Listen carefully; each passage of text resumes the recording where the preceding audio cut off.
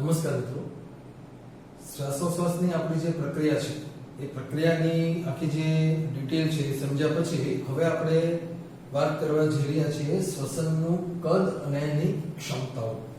રેસ્પિરોમીટર નામનું એક મશીન આવે છે જેની મદદથી આપણે આપણા ફેફસાની અંદર એટલે કે આપણા શ્વાસોશ્વાસ દરમિયાન જે હવાની આવજા કરીએ છીએ અને કેટલાક વિશિષ્ટ પ્રકારે આપણે એને સમજીએ છીએ કે કેટલા આપણા ફેફસાની ક્ષમતાઓ કેવી છે, આપણા લંગ્સ જે રીતે કામ કરે છે એને આપણે અહીંયા જુદી જુદી ટર્મિનોલોજી દ્વારા સમજવાનો પ્રયત્ન કરીએ. તો સૌથી પહેલા અહીંયા આપણે વાત કરવા જઈ રહ્યા છીએ શ્વસનનું કદ, જેને આપણે વોલ્યુમ તરીકે ઓળખીએ છીએ. વોલ્યુમ એટલે કદ. તો શ્વસનની જે આખી પ્રક્રિયા છે શ્વાસોશ્વાસ એ દરમિયાન આપણે જે જુદી જુદી રીતે શ્વાસ લઈએ છીએ, ઉચ્છ્વાસ કરીએ છીએ, એની કેટલીક ટર્મિનોલોજી અહીંયા સમજીએ. તો સૌથી પહેલી વાત આપણે જે સમજવાની આવે છે એ છે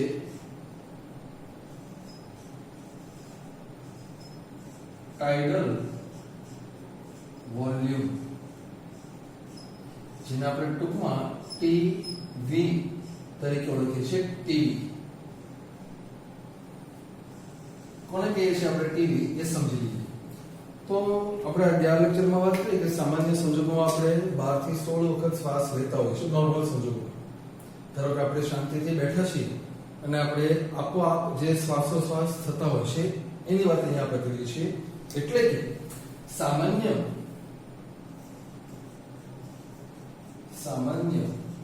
સ્થિતિમાં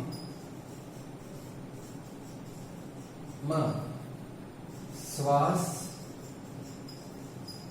અને ઉચ્છ્વાસ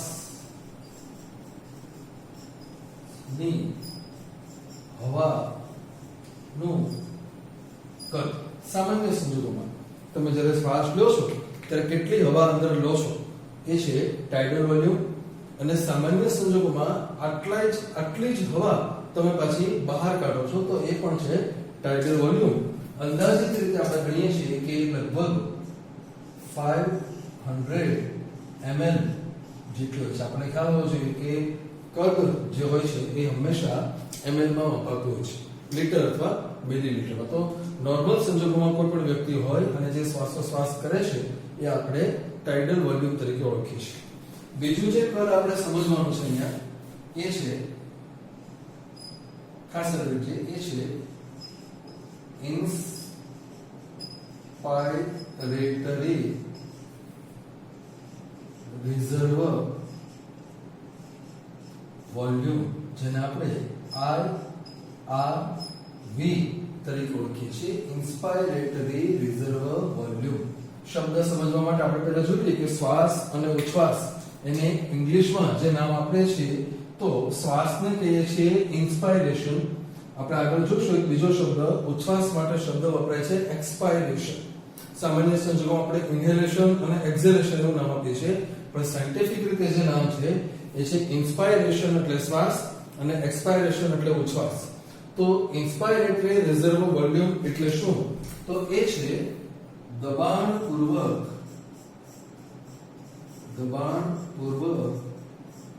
લેવામાં આવેલ શ્વાસ. તમે સામાન્ય સંજોગો ઉપરાંત જે વધારાની હવા દાખલ કરો છો, જેને આપણે સામાન્ય સંજોગોમાં ઊંડો શ્વાસ લઈએ છીએ, ઘણી બધી હવા જે અંદર આપણે ભરીએ છીએ એ હોય છે આ દબાણપૂર્વક લેવામાં આવેલો શ્વાસ. અહીં આપણે નોંધીએ કે આ શ્વાસ લેવા દરમિયાન ખાસ કરીને ગરદન ના સ્નાયુઓ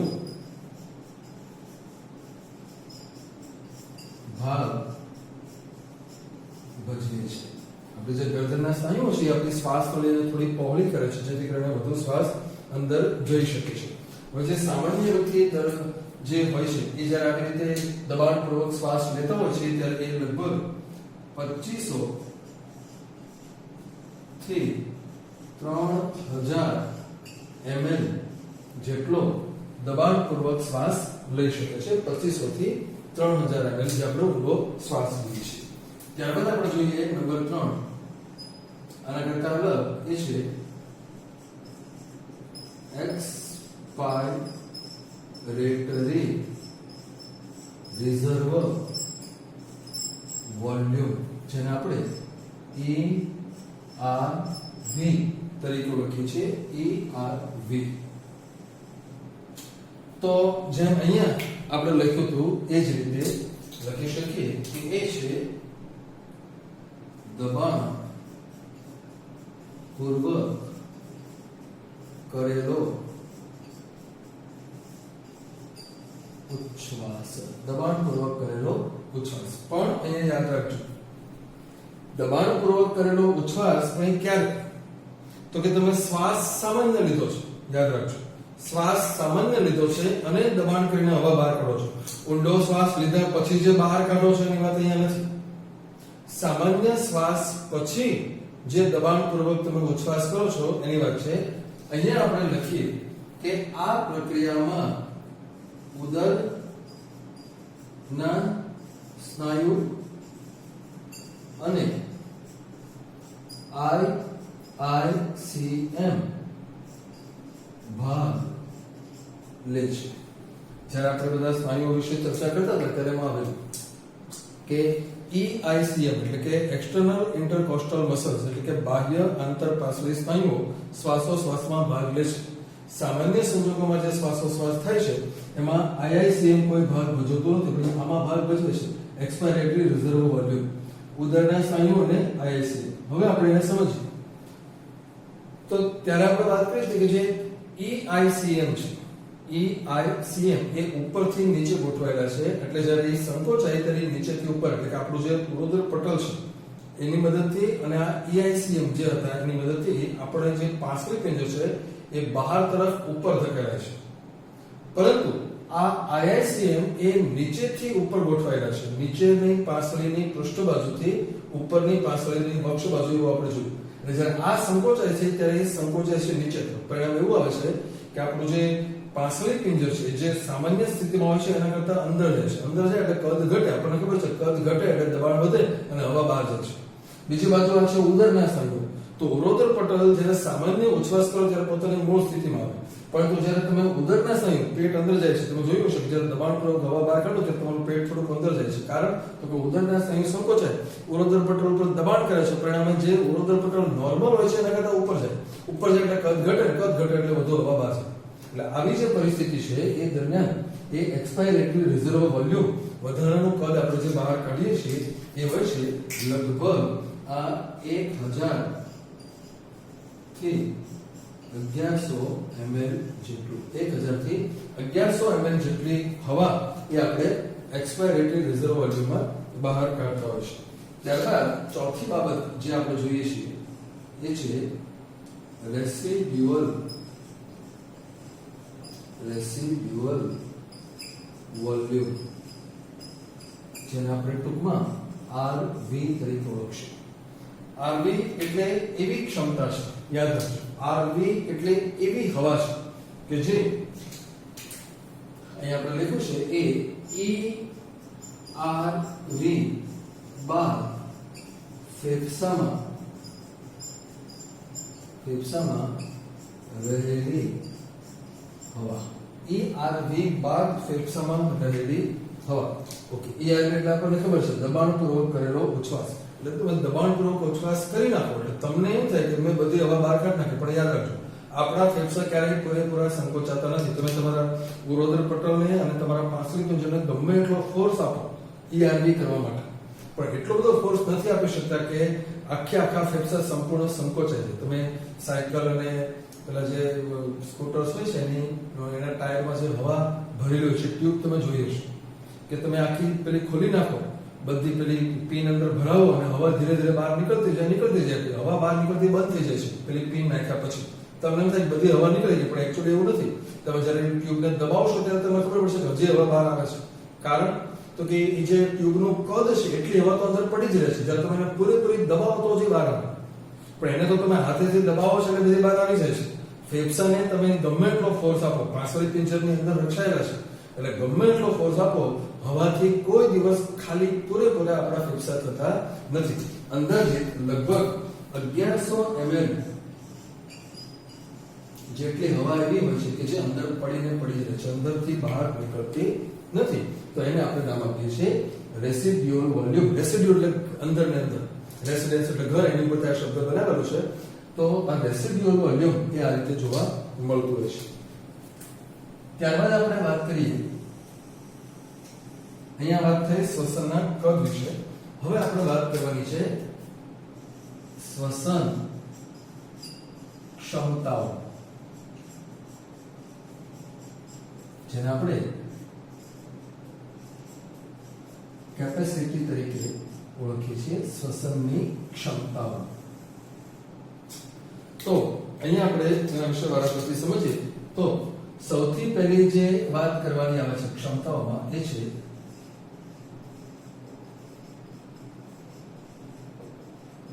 ઇન્સ્પાયરેટરી કેપેસિટી, જેને આપણે ટૂંકમાં આઈસી તરીકે ઓળખીએ છીએ. ઇન્સ્પાયરેટરી. હવે એક વાત ખાસ અહીંયા સમજી લેજો કે જે રેસ્પિરોમીટર હોય છે, રેસ્પિરોમીટર અહીંયા આપણે લખીએ કે આ બધું એવું છે કે જે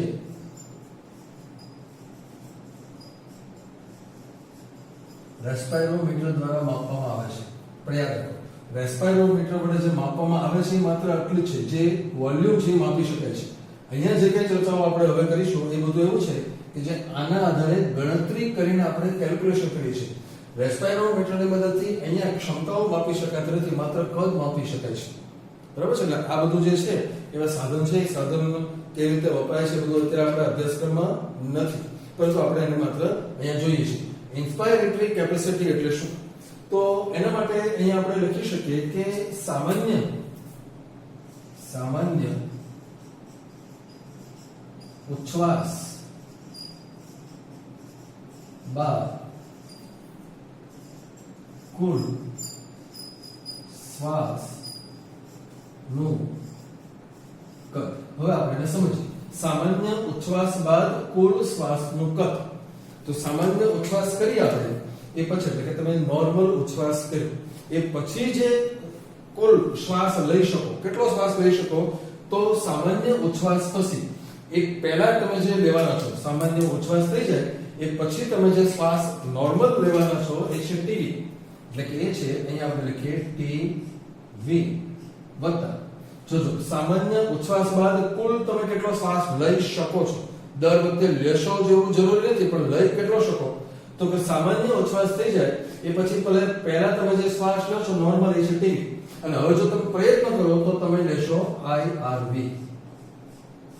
આમ છે એટલે ટીવી વત્તા આઈઆરવી. આ જે છે એ છે સામાન્ય ઉચ્છ્વાસ બાદ જે કુલ હવા તમે તમારા ફેફસામાં ભરી શકો છો એ આ છે ટીવી વત્તા આઈઆરવી. તમે એના આંકડાઓનું કેલ્ક્યુલેશન કરી શકો છો. દાખલા તરીકે ટીવી આપણને મળે છે 500 ml અને આઈઆરવી જે હોય છે એ છે 2500 થી 3000. તો 2500 થી 3000 માં તમે વારાફરતી 500 ઉમેરો, કારણ કે 500 આ છે એટલે 3000 થી 3500 એવો આંકડો તમે લઈ શકો.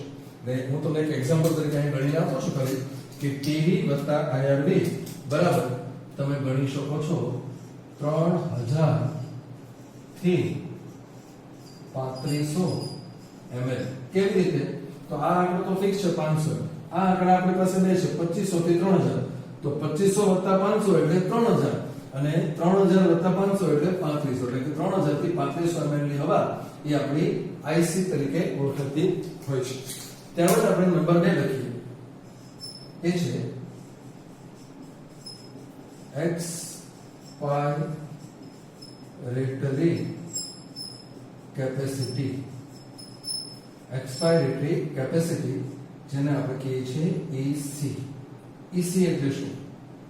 તો એના માટે આપણે લખીએ પહેલા કરતા ઉલટું. શું થશે? તો એ છે કે સામાન્ય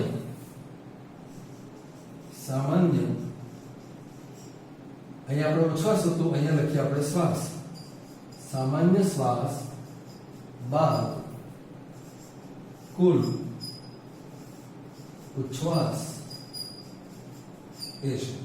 તમે નોર્મલ બેઠા છો, સામાન્ય શ્વાસોશ્વાસ કરો છો, તો સામાન્ય શ્વાસોશ્વાસ કરો એ પછી તમે કુલ ઉચ્છ્વાસ કેટલો કરી શકો? તો કે સામાન્ય શ્વાસ બાદ તમે સૌથી પહેલા જે બહાર કાઢશો એ સામાન્ય ઉચ્છ્વાસ હશે, જે છે ટીવી વત્તા, હવે જો તમે પ્રયત્ન કરો તો તમે બહાર કાઢશો ERV, અને ટીવી વત્તા ERV. તો એના આંકડાઓ જો આપણે ગણીએ તો આપણે કરી શકાય. અહીં આપણે આ લખેલા છે ERV ના આંકડાઓ જે છે એ કેટલા છે? તો કે છે 1000 થી 1100, તો એમાં 500 ઉમેરો તો 1500 થી 1600 ml. એટલે કે તમે એક વખત નોર્મલ શ્વાસ લીધો એ પછી તમે કુલ કેટલો ઉચ્છ્વાસ બહાર કાઢી શકો?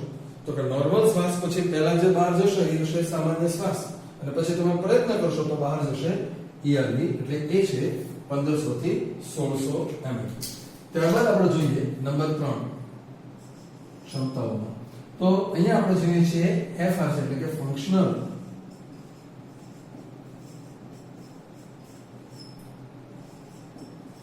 Residual capacity, FRC. તો FRC એટલે શું? તો એને આપણે કહીએ છીએ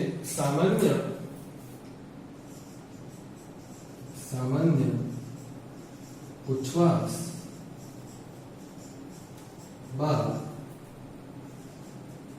ફેફસામાં રહેલ હવા. ગણી આપણે કેવી રીતે હોય? સામાન્ય ઉચ્છ્વાસ કર્યો છે તો સામાન્ય ઉચ્છ્વાસ બાદ અહીંયા જે હવા વધે છે એ કઈ હશે? તો સામાન્ય ઉચ્છ્વાસ કર્યા પછી ફેફસામાં કઈ હવા વધી હશે? તો એ ગણીએ છીએ કે સામાન્ય ઉચ્છ્વાસ કેવો છે, એટલે કે દબાણપૂર્વક નથી કર્યો, એટલે કે જે તમે કાઢી શક્યા હોય એ છે ERV. આ એવી હવા છે ERV કે જે તમે પ્રયત્ન કરો તો જ બહાર જવાની છે, નહીં તો બહાર જવાની નથી, એટલે કે ERV વત્તા એવી હવા કે જે બહાર જવાની નથી, એટલે કે રેસિડ્યુઅલ વોલ્યુમ. એ આ છે રેસિડ્યુઅલ વોલ્યુમ કે જે કોઈ દિવસ બહાર જવાની નથી. તો એના માટે તમે ગણી શકો ERV એટલે 1000 થી 1100, આ છે 1100, એટલે એને આપણે ગણી શકાય કે એ હોય છે 2100 થી, અહીંયા આપણે ગણીએ આ 1100 છે તો આ 2100 થશે અને 2200, 2100 થી 2200 ml. તો એ છે FRC. ત્યારબાદ આપણે જોઈએ ચોથી બાબત, એ છે વાઇટલ કેપેસિટી, જેને આપણે VC તરીકે ઓળખીએ છીએ. VC વાઇટલ કેપેસિટી એટલે શું? તો એ એની જે વ્યાખ્યા છે એ આપણે આમ આપી શકીએ છીએ કે દબાણપૂર્વકના ઉચ્છ્વાસ, ફરી વખત અહીંયા લખો દબાણપૂર્વકનો ઉચ્છ્વાસ એટલે આપણે વાત કરીએ છીએ બાદ કુલ લેવાતો શ્વાસ. જે ઉચ્છ્વાસ કર્યો છે દબાણપૂર્વક કર્યો છે એ પછી તમે કેટલી હવા લઈ શકો એને આપણે ગણીએ. તો પહેલા આપણે સામાન્ય જોઈએ કે ERV એટલે કે તમે ખૂબ હવા બહાર કાઢી નાખી છે, ખૂબ હવા બહાર કાઢી નાખી એટલે કે શું કહે? દબાણપૂર્વકનો ઉચ્છ્વાસ લઈ આવી, એટલે દબાણપૂર્વક જેટલી હવા બહાર કાઢી એટલી તમે પાછી લેશો, એટલે કે ERV તમે લેવાનું છે. દબાણપૂર્વક જે હવા બહાર કાઢી એ લીધી, દબાણપૂર્વક બહાર કાઢેલી હવા, દબાણપૂર્વક બહાર કાઢેલી હવા આવી ગઈ એ પછી તમે સામાન્ય હવા લેશો, એટલે કે એ લીધી છે ટીવી વત્તા, અને હવે તમે દબાણપૂર્વક હવા લેશો એટલે કે IRV. ફરી વખત સમજો કે તમે ઉચ્છ્વાસ જે કર્યો છે એ દબાણપૂર્વક ખૂબ ફેફસા તમારા ખાલી કરી નાખ્યા જડતા થતા એટલે પછી તમે કુલ કેટલી હવા લેશો? તો કે તમે પહેલા તો જે ખાલી કર્યું છે એને પહેલા પૂરું ભરશો, એટલે કે ERV ભરશો, પછી નોર્મલ જે હવા લેવાની હોય એ લેશો, અને પછી દબાણપૂર્વક જે હવા લેવાની છે એ લેશો. એ આવશે ERV વત્તા TV વત્તા IRV. એ છે આપણી વાઇટલ કેપેસિટી. અને ત્યારબાદ પાંચમો જે બાબત છે એ છે, યાદ રાખજો, આ જે છેલ્લો ભાગ છે એ છે ટોટલ લંગ કેપેસિટી, જેને આપણે કહીએ છીએ TLC. તો TLC એટલે શું? તો એને આપણે બતાવીએ છીએ કે દબાણપૂર્વક શ્વાસ બાદ ફેફસામાં રહેલ હવા. તમે દબાણપૂર્વક શ્વાસ લીધો એ પછી ફેફસામાં કેટલી હવા બાકી રહેશે? તો એના માટે આપણે ગણીએ કે દબાણપૂર્વક શ્વાસ લીધો એટલે કે પહેલા IRV લીધો, IRV વત્તા દબાણપૂર્વક શ્વાસ લીધો છે એટલે કેટલું થયું? તો કે એક તો એવી હવા કે જે તમે દબાણપૂર્વક લીધી છે વત્તા એવી હવા કે જે તમે સામાન્ય શ્વાસમાં લીધી છે વત્તા એવી હવા કે જે દબાણપૂર્વક કાઢી શક્યા હોત પણ કાઢી નથી. યાદ રાખજો, તમે દબાણપૂર્વક હવા લઈ લીધી છે એટલે કે આ બધું આવશે ને વત્તા એવી હવા કે જે તમે ધારો તો પણ બહાર જવાની નથી. એટલે IRV વત્તા TV વત્તા ERV વત્તા RV. તો દબાણપૂર્વક શ્વાસ તમે જ્યારે લો છો એ પછી તમારા ફેફસામાં કેટલી હવા વધે છે? તો એ કેટલી હવા ભરેલી છે? એક તો તમે દબાણપૂર્વક હવા લીધી એ સામાન્ય જે હવા લેવાની હોય એ, અને જે તમે ધારો તો કાઢી શકાય એટલે કે ERV પણ તમે કાઢી નથી, એટલે દબાણપૂર્વક કાઢી શક્યા પણ કાઢી નથી. અને એવી હવા કે જે તમે ધારો તો પણ ન કાઢી શકો એ છે આ. હવે આમાં તમે જુઓ તો IRV વત્તા TV વત્તા ERV બરાબર આવે એટલે તમે અહીંયા સૂત્રમાં આમ પણ કરી શકો ઇઝ ઇક્વલ ટુ VC વત્તા RV આમ ગણી શકો. કારણ કે આ પહેલી ત્રણ ટર્મ જે છે એ તો આ જ છે એટલે કે એ છે VC, તો VC વત્તા RV. તો આવી રીતે આપણા શ્વસનની જુદી જુદી કેપેસિટી આપણે જોવા મળતી હોય છે. બાકીનું બધું જે છે એ આપણે પછી નેક્સ્ટ લેક્ચરની અંદર કરીશું.